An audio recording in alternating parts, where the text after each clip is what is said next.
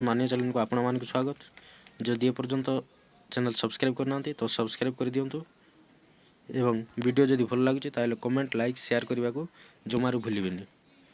तो फ्रेंड्स चलते आम ओटीईटी 2018 एडवर्टाइजमेंट विषय रे आलोचना करवा। तो सी ये जारी कर दी board of secondary education Odisha कोटो ओडिशा टीचर एलिजिबिलिटी टेस्ट। तो आम केमी आवेदन करवा ना www.bscodisha.ac.in यही वेबसाइट जाइए आम आवेदन करिपरिबा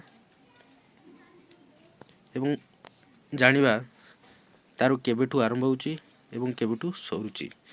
तो नवेम्बर 12 तारिख सकाळ 8टारू आरंभ हो एवं नवेम्बर 27 तारिख राति 11:45 पर्यंत आपण आवेदन करिपारिबे। तो तापर जानिबा